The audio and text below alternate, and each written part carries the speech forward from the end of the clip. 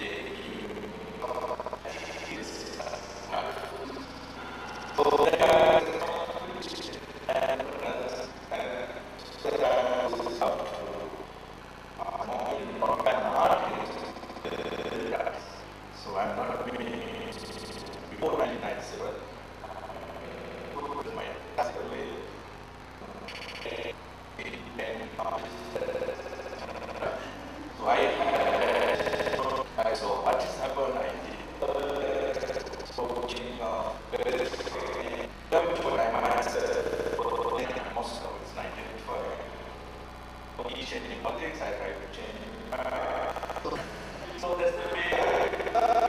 Also, because beyond history, so define also and try to escape life. I define.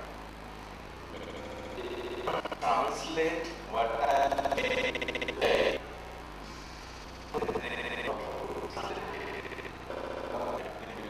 understand. So my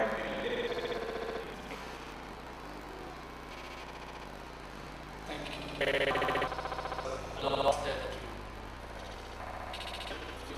I have come back to the panel. I'm sure our person.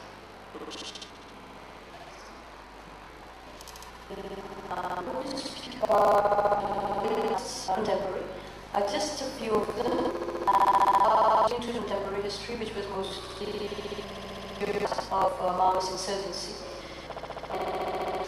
So, and my personal response to that has been Maoist insurgency started in 1996, ended 2006, and Nepal still doesn't have a functioning proper government. I mean, CA elections have been going on and on and on, and nothing has really happened. So here she shows I think a rather passive response to family, in response to the fact that there are lots of disappearances and murders going on, and she shows families are women,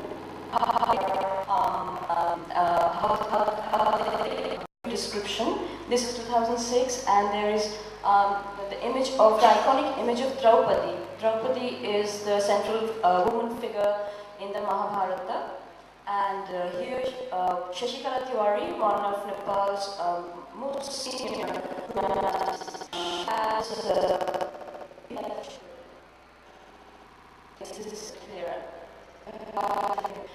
So she's being shown as a woman so in public, this is at the royal court.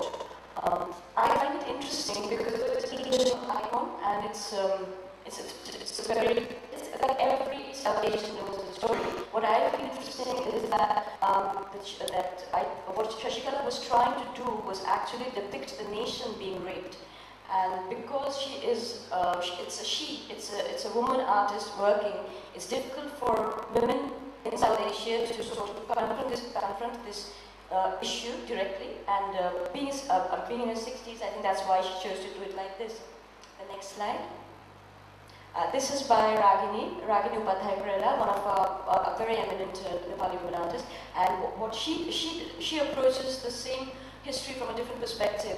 Here she shows Nepal as the mother Nepal at top, with a wounded, bleeding man on her lap, which is of course the nation again. But she is giving a far more direct and confrontational view of the contemporary history she was living in. And at the bottom there is the all-seeing eye of Buddha and the clock. So this is a much more confrontational piece, and it's sort of rather than the more passive pieces that came before, this is a different way of doing it. And next slide. Yeah. This is work. This is performance work by Ashmina Ranjit. Ashmina redefined in certain ways the idea of art in Nepal. She brought activism into it, resistance, and she began mobilizing masses. And this is a performance in which she actually poured red paint across the streets of Nepal, Kathmandu, and which drove people out on the streets, and they began asking questions why, and then they began to get the answer why, because the royal crackdown on insurgency was terrible at that time, and she actually brought to the fore issues which were sort of below the surface in homes and families in their minds. And I think this is one way of doing it, because we have been talking about how artists respond to history and how they try and create it also help. So this is another way of, I feel. The next one, please. Okay. This is kind of a work by me. I am an Indian and I live in Nepal, and I do not have roots there, so to speak. So when in 2011, when the elections were done and we were waiting for a government to come in, the Maoists were in governance then. They were governing, and they unleashed terror in a different. The Young Communist League, they unleashed terror on the civilians, and I was trying to understand how violence and why violence is essential to sort of. Is it essential at all for shaping society, for taking time forward?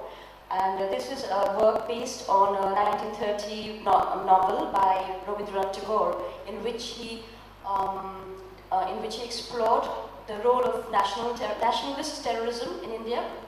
And I was sort of working on it and tried to interpret from the contemporary perspective, where I mean, it is, I think, kind of obvious. But should I explain what's there? No, I think it's kind of obvious.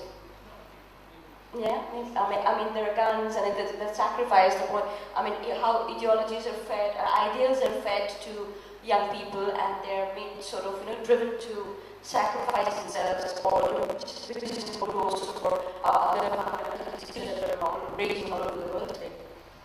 And with this, do we have time for another one? This one was This is how we negotiate history. I negotiate history. My contemporary reality as a woman, and I hope I represent a lot of women in that. Because we have access to technology, we have access to a lot of consumer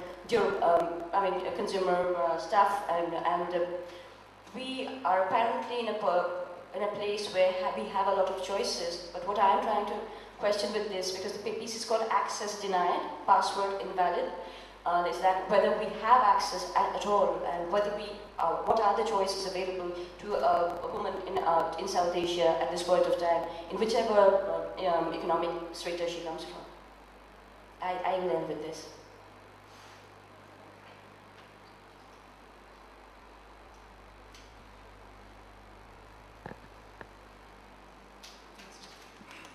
Okay, thank you very much, Vijay.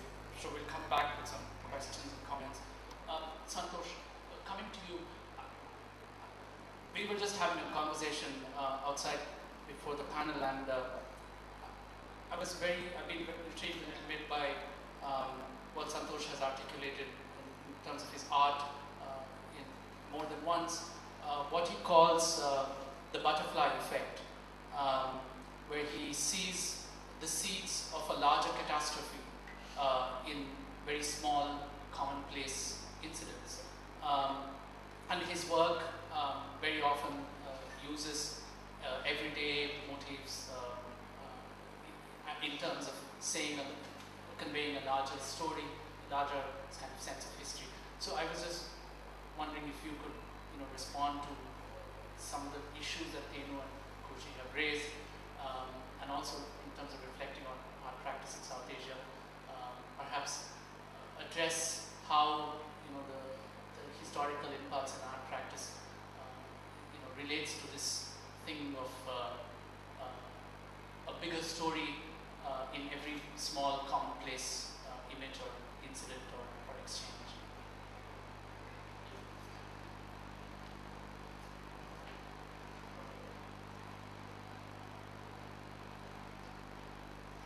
Anyway, this theory of butterfly effect is very beautiful.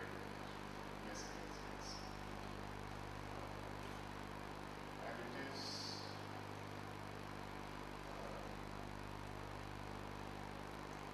quite mind-blowing that such small incident, something that is very insignificant,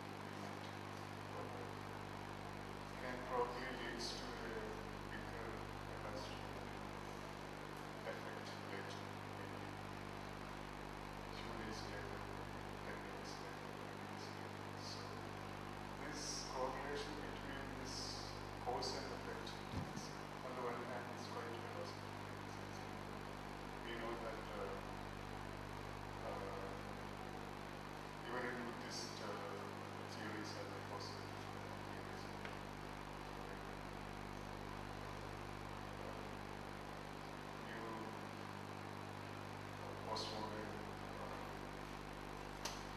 scientific theories related to this.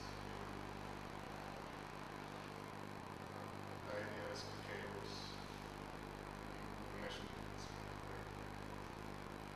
So these theories have somehow sort of given me a kind of ideological basis to further explore and things that I have been taking in this particular course. And some images, especially, I would take up one page which I had in my bag. It's an image where it's an image from Iraq, where some of the coalition forces were trying to make a fence around their camps.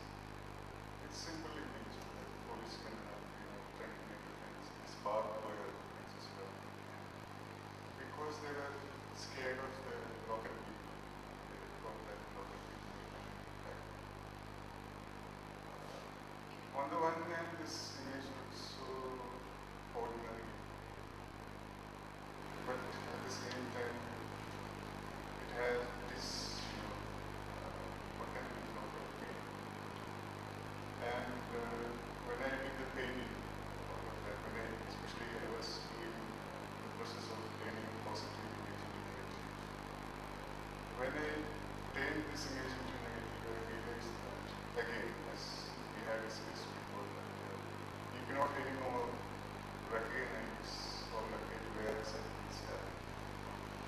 And the image of this barbed wire became almost like electric wire, which almost gives sparks. So, and then you know that there are a lot of histories about barbed wire. You will say barbed wire, and it is about partition, it is about border, and it is even about fear, actually, in a sense. And even it is about self-protection.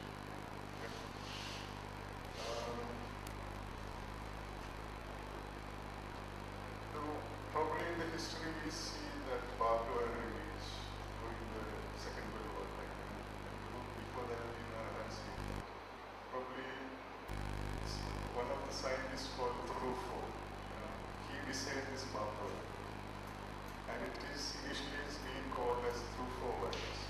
Later changed into functional to change, and it is for the first time that we see barbed wire in one of the Second World War photography where it's inmates in the concentration camp holding the wires, exclaiming that war is over. They are trying to share the happiness of the world. But somehow we know that still this element of fear is attached to this particular image barbed wire. It is about border conflict. Why there is no conflict? And it is about the question of all kind of policies, international, national, or international policies, foreign policies, basically, and also ideological and religious indoctrinations that's to be done. So this seemingly innocent image becomes a politically potent image automatically when you use it in particular image taking a metaphor or something which we are experiencing. That is one thing which what else?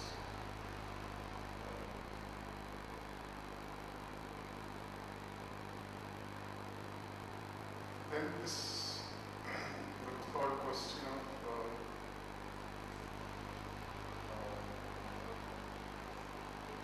violence, that everybody is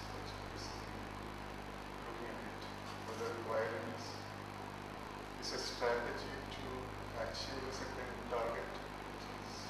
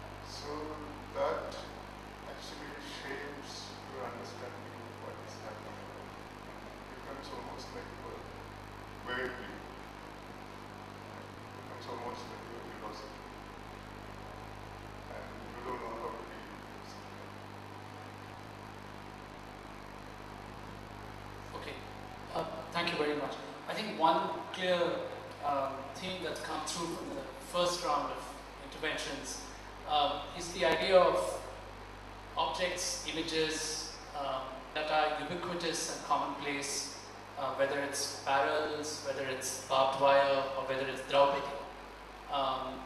being loaded with various kinds of meanings and not just historical significance, but obviously of very specific present-day import, which has a bearing on artistic expression. I just had a couple of questions for Thenu and Kurji before we open the floor for a round of thoughts and questions from the audience. You spoke about 1983, and for the last many years you have commemorated 1983. You've had an exhibition that is about 1983. But and we know from your most recent exhibition, which you referred to, beautification. Each time you set yourself up to commemorate or observe or remember or draw attention to 1983, what is it? What is the process that you actually go through? I mean, another way of asking that question is it the same 1983 that you see every year, and how maybe you could give us an insight into that, because that's in a sense, like you said, your history. This history has so defined your work over the last 2 decades or more. Yeah, it's in a way, every year I want to go away from the 1983. So because it's happened in front of my eyes. It's the 25th of July in Colombo, but 23rd of July in Jaffna. 13 soldiers were killed. So happy people brought 13 bodies to Colombo. It's that way war started, everything was wrong. But I was just at that time 23 years old, so-called young man. So, but I couldn't do anything to stop that. So most of the people who lived in Colombo couldn't do anything. And we all, 20 million people, couldn't do anything till today. Can't do anything. But everything doing by the terrorists or by the government. So both are kind of agreement going on. So in a way, it's that is why I want to, even I highly trained artist in Moscow, how to do portraits and figurative painting, 19th century manner or whatever. So, but when I go to a public domain work, so-called exhibitions, so I can't draw except camouflage, dead bodies, like barbed wires. Barbed wires in Sri Lanka has defined more layers too, rather than other things, and not only the borders, but again the end of the bow and what is the no-go zone and camps. So that's the way I try to get out from that. And that is why I'm not doing, first years I remind them this is the bloody thing happened. And these are the dead bodies, and now I'm not going to show the dead bodies. I show the negative spaces of missing people. There's no people there, empty, but still abduction happening everywhere. So I paint white vans. So it's not really no relation kind of everything, but still it's happening. So I say this is not a white flag. It's a benign process going on in the newspapers, and everywhere government says it's not happened, but some say it's happened. I don't know. So that is why I'm asking if this is not a white flag. So they forgot about, there were a lot of white flags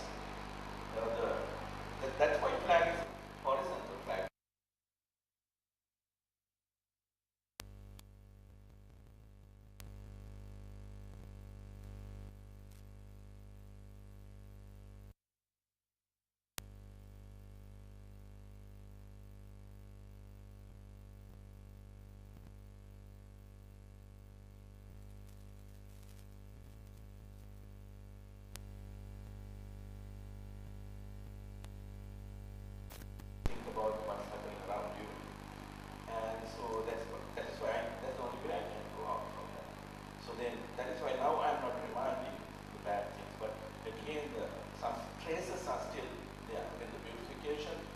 So the government is trying to erase all the Colombo or Tefna or Trincomalee, to go. See, they erased layered fort to post-war victory kind of fort. They erased military history, own army history, colonial history, everything. That was very concrete, and the outside of the fort there are beautiful. So you can I can't be silent. So, but only way I can express, because you can't speak in Sri Lanka loudly. So I have a new word, it's kind of, we are a developed nation, that developed, tongueless people. So you can't say. That is why the only way I can do is do visual art. It's a silent weapon. So I use it as a weapon. So it's a kind of thing. I don't need people be silent. So they have to talk with me, or talk by themselves, or talk with the government, or talk with the civil movement. So that's the way I want to divide, or escape, or remind, that's to live. Otherwise I can't live. I mean, this idea that your life and your conscience as an artist and as a person is connected to the past, to history, and forgetting that or moving away from that is akin to moving away from life itself. Is an important, it's a very central idea. I just wanted to take you up on, this, we saw, you shared with us the image of Draupadi, but in the paintings that you shared with us, there were also, motifs of the Buddha. These kind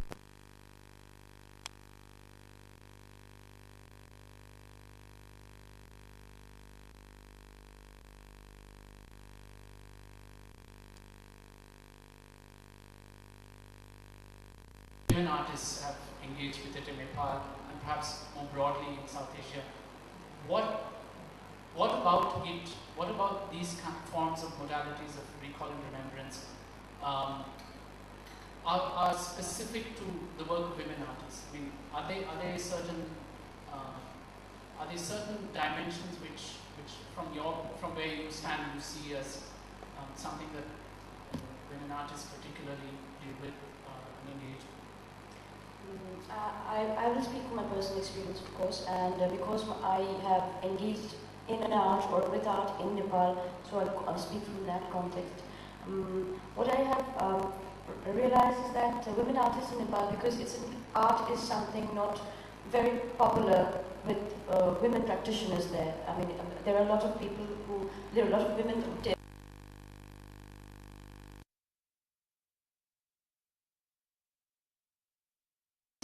it becomes a little easy to sort of fall back upon images and icons which are already existing and sort of turn it around a little and to give expression to their anxieties, to the issues that come to them. And I think they do it, women do, I should not be generalizing, I'm doing it here, I should not, but I feel that there is more of a tendency for women to sort of use these familiar images and icons, and rather than maybe not so much, men do not have to sort of fall back upon a familiar vocabulary too often, maybe. That's what my personal experience has been in Nepal. That's what I'm talking about. Does that sort of... That is interesting that there are... Yeah, because they keep on using the goddess image and,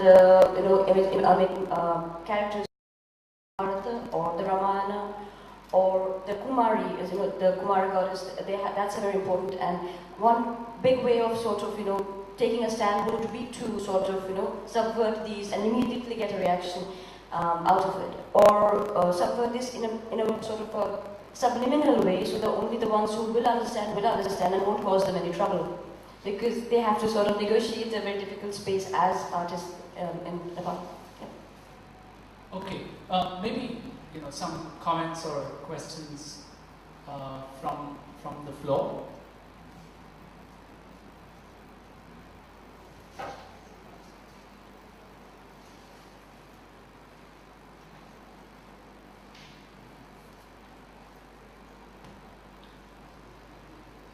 Nothing? Do you want to maybe talk to think about it? Okay. Oh yes, please.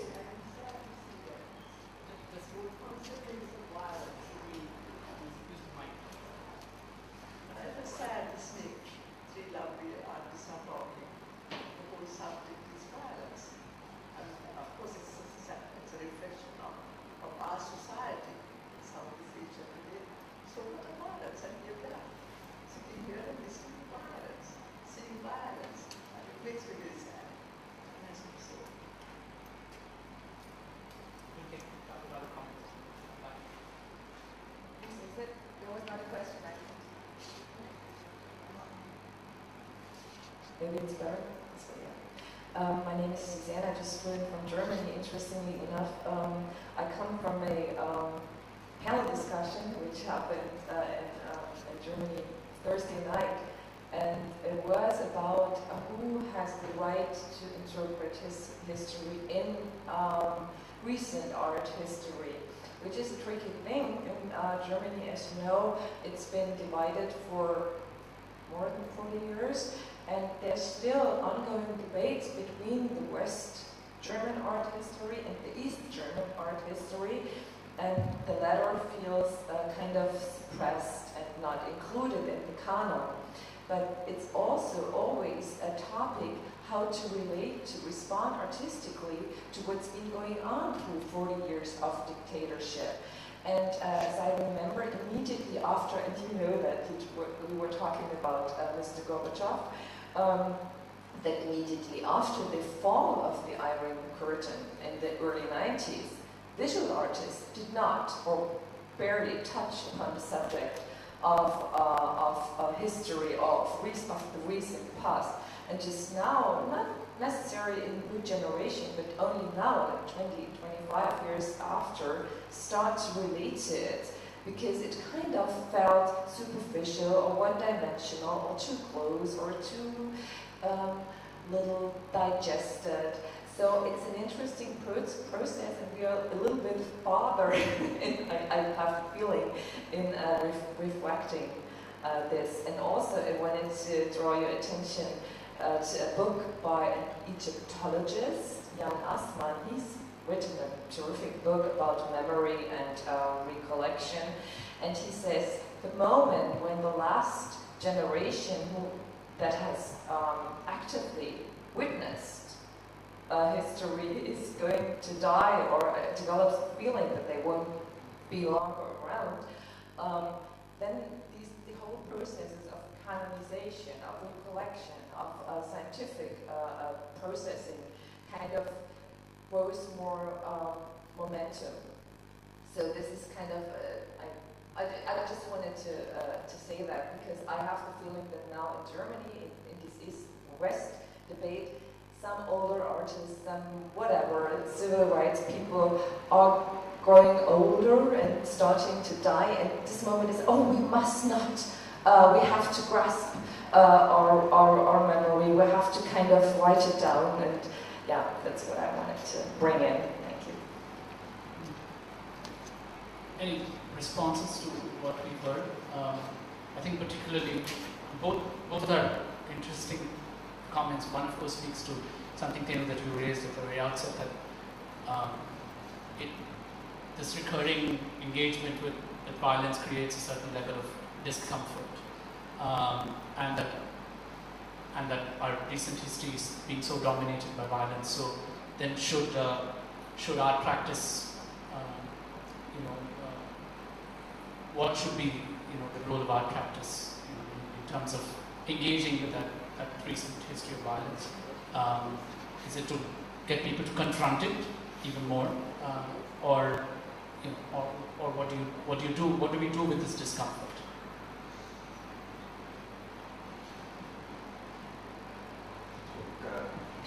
tragedy of artists is that they have a lot of things to say.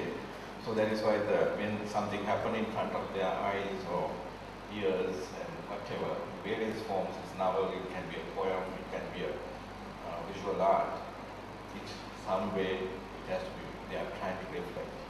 Other people like it or not. But I am thinking about artists who might be a big, not a big capital A, but we have to change it. Simple artists.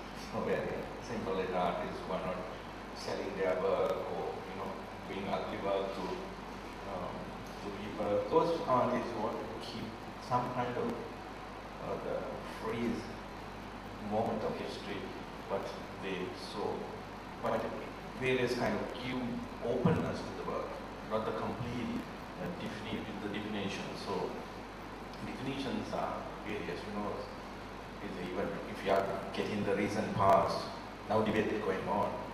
Government is debating March. So they are going towards the march. Government is marching. People are watching. So, but this you can't change. So, but it's happened. We are waiting interpretations. So the artist can say and freeze. Yeah, it can be a photograph. It can be a memorabilia. It can be a piece of paper. It can be a piece of word like hell and pin. Then people know hell pin, but other people words can think about it. So various things they can put into the public. Oh, might be they don't see it now, but artists' responsibility is my view is to say those things whenever possible. So they are remaining as an artist. They later become big capital because we are not selling our work. No, we are not selling our work, and we are not making. We don't produce sellable work. We produce thinkable or interpretative work. So, yeah, I know. In that sense, I was just wondering if that leads us on to ask whether artists are actually historians with a small h. Is that something?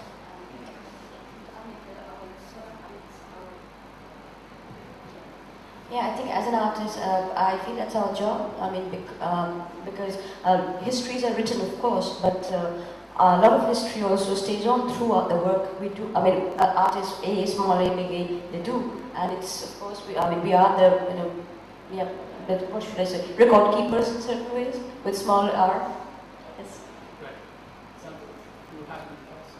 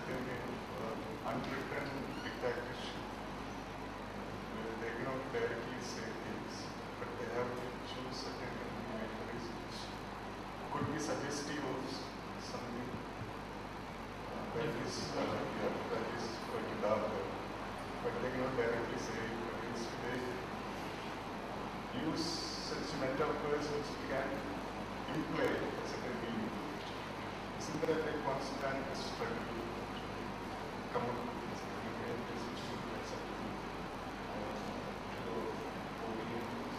Or is there any element of compromise? Or how do you deal with this creative situation? I don't know, I should have asked a question. I think we should all be asking questions all the time.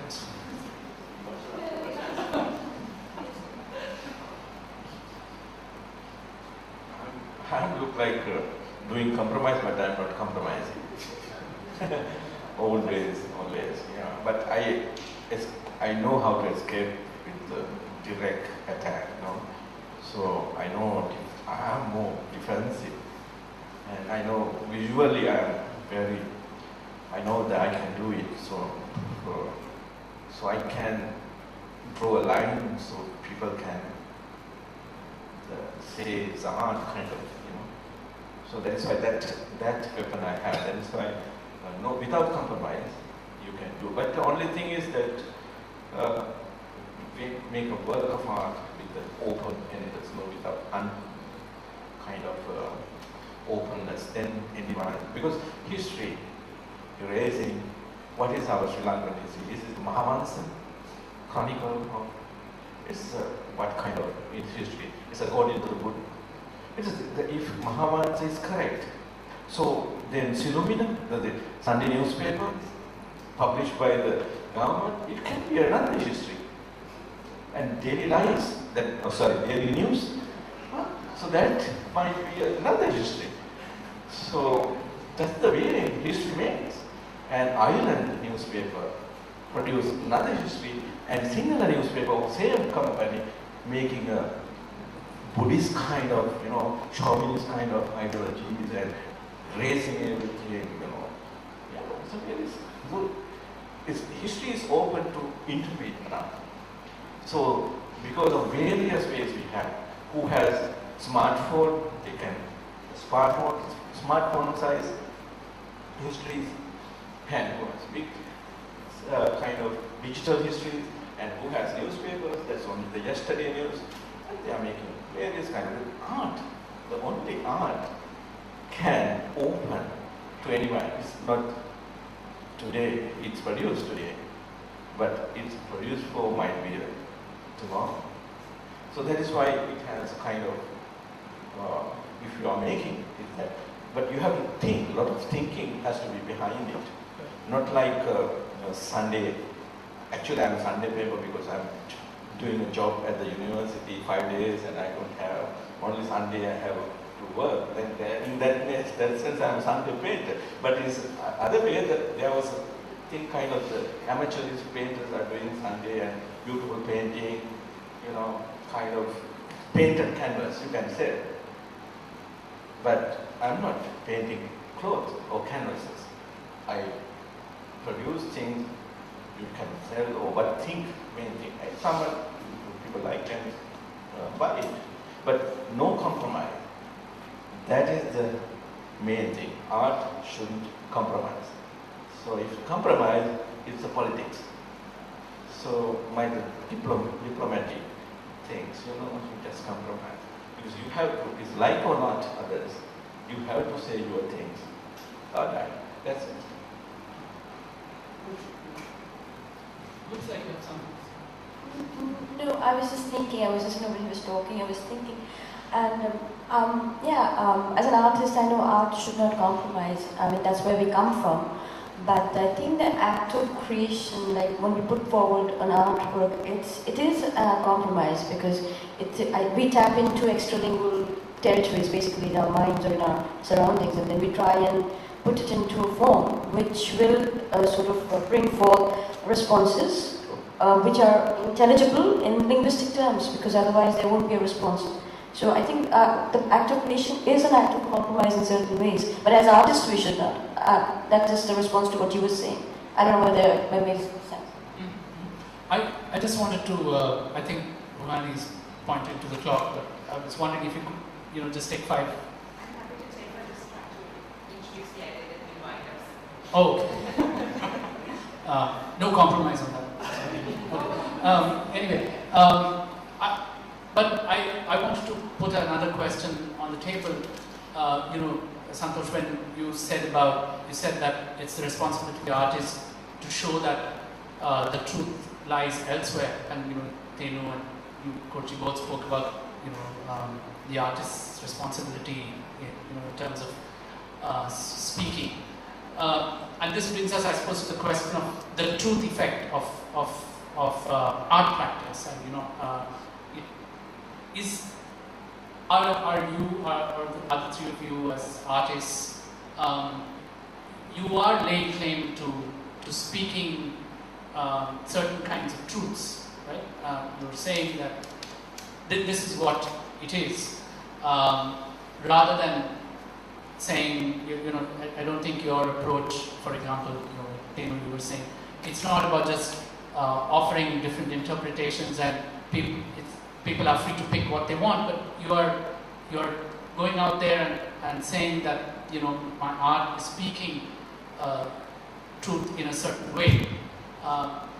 So, in other words, there's also exercise of power, there's exercise of privilege. So it's one.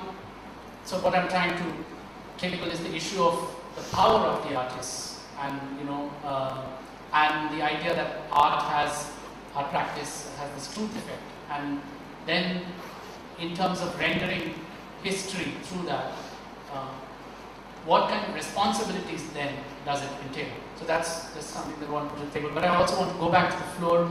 Are there any further questions or thoughts or ideas that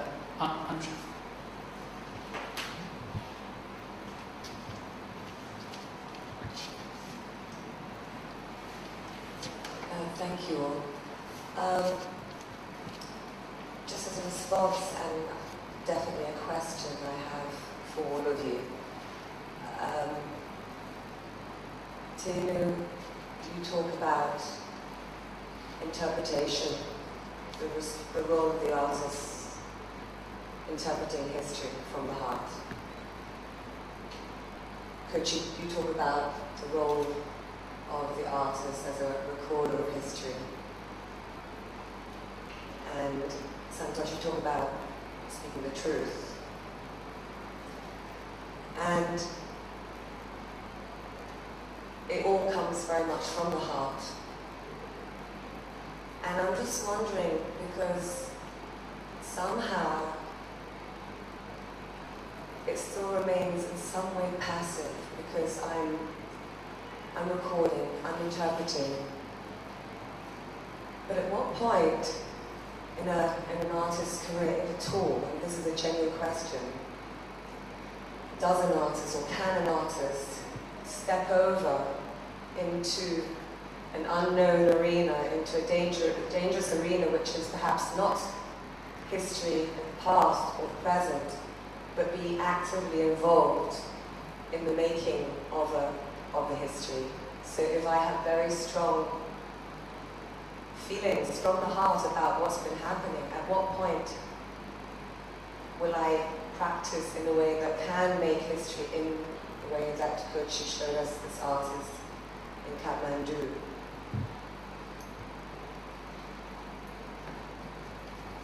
Any other comments or questions? Yeah.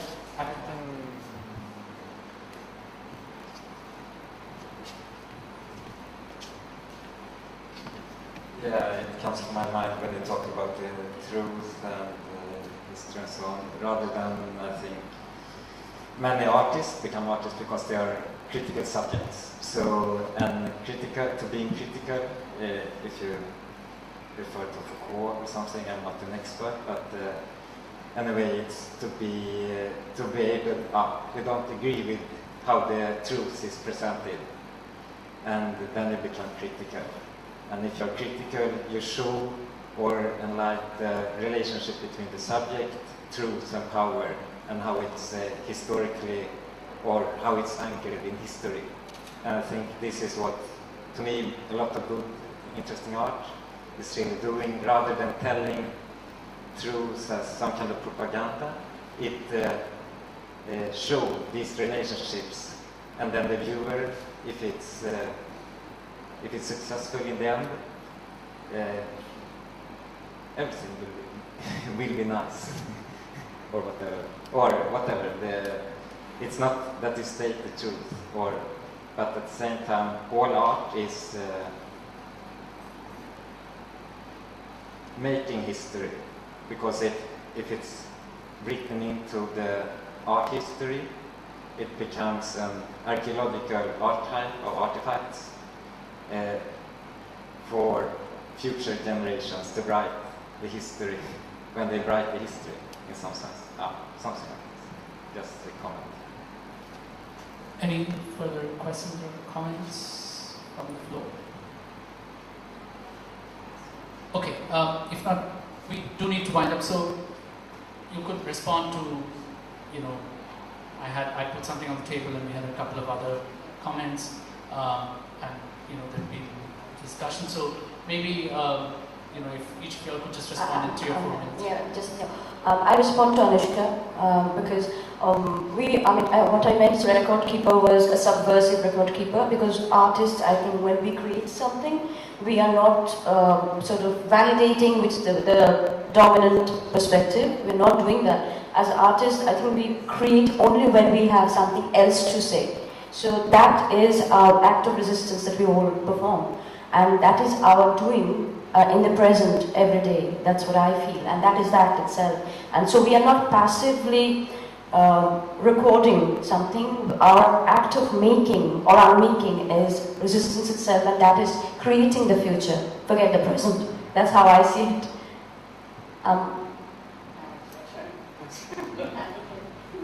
Yeah, so history is not for sake of history. History, because it's for today and tomorrow. So that is why we might be doing reference in anything for the history, and our work also become a part of history. So we are putting more things to the history, and every day, every time, because now earlier only few artists had a chance to put things to the history. Now millions of artists can have, because of the digital era, and earlier only photographers, professional photographers can do things, but now anyone can. I report you design kind of things also can be a part of history. So, and these are the things, everything becoming a history. So, you can't escape history, that's the only problem. But if you want to live in future or survive in today, understand history. So that's the way. So then you can go forward. But unfortunately, history is, because my fight always going with totalitarians and regimes, because they are the people who are even, not only here totally. I think we don't have totalitarian, no? So kind of, they are destroying history, interpreting. So we forget about it. We don't know about Mahabharata. Now, recently again, we are talking about Ravanas. We are going to Ravana period. So we are killing Gautama Buddha and creating a new Buddha, the militant Buddha kind of thing. So these are the things happening today. So artists have a lot of issues to deal with. It's open. But responsibility is very important. It's not just throwing colors and vomiting like vomits, abstract vomits. So bullshit. So be serious and work hard and think and do things. Train your mind. Think. That's the way artist has to work. Santosh. Almost all the artists agree each other in case of dealing with history. Fact is that any creative process can, by default, can become historical document. Until and unless nobody see it, things can. But as we know that there are different kind of histories. History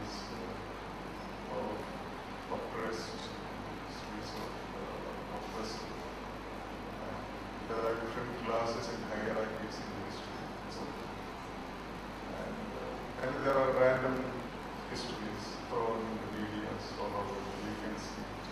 But how long this will remain? After 10 years, we don't know. If somebody is going to make a concrete history of the last 10 years, then which are the things, which are the kind of creative projects which will be coming into the kind of official history that will be later considered to be interesting and project.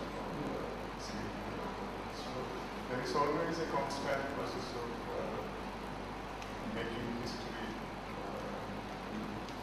through various point of views. And as far as he was talking about the truth, whether truth is a propaganda or not. So it's a very relevant question. Suppose if there is a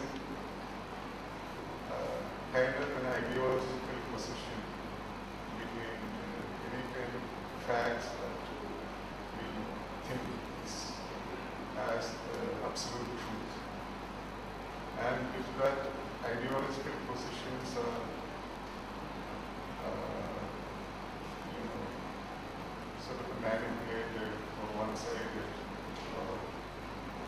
then there is always a chance that the truth can become a sort of propaganda in a sense.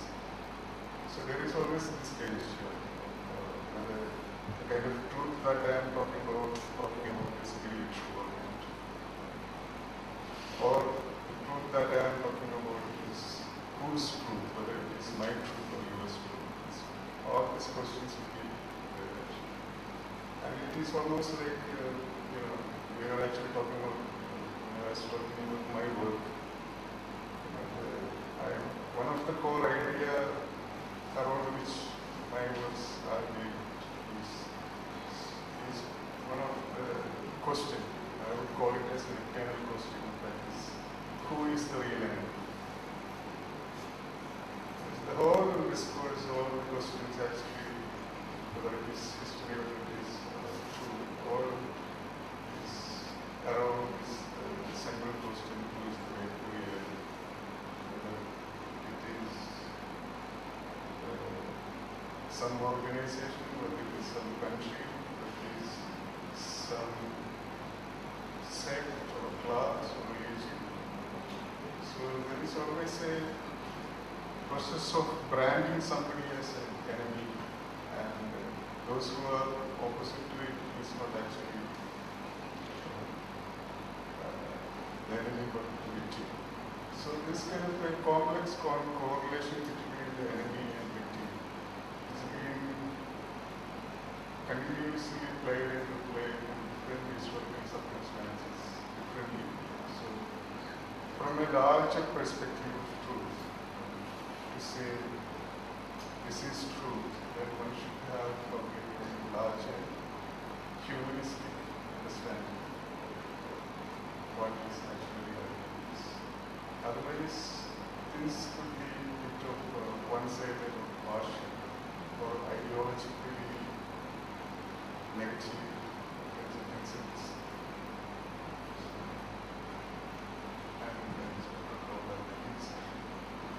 Because I am also dealing with this similar issue, because I see that even my works have similar problems. Because sometimes I realize that I cannot take a position in certain cases, because that is quite risky. And you don't exactly where is the border and the division between the right and good and bad is there. Whether we should be in the position of should we take a neutral position or should you take the sides? All these complex issues of ideological positions are very much there, and constantly struggling with them. So when I ask the question of compromise, I know what being a creative artist, I know it's a very important issue, because we all deal with that constantly. Sometimes we are successful, sometimes we are not. Because most of the works I know that but successful works. When after doing the work, when I go back and see it, I realize, oh my God, what is it? they do this. And when I look at the backwards, after probably 1 month or 1 year, what you see is the problems in the world. This is not the right thing. So this is a constant creative process where all this history, issues, all comes into view.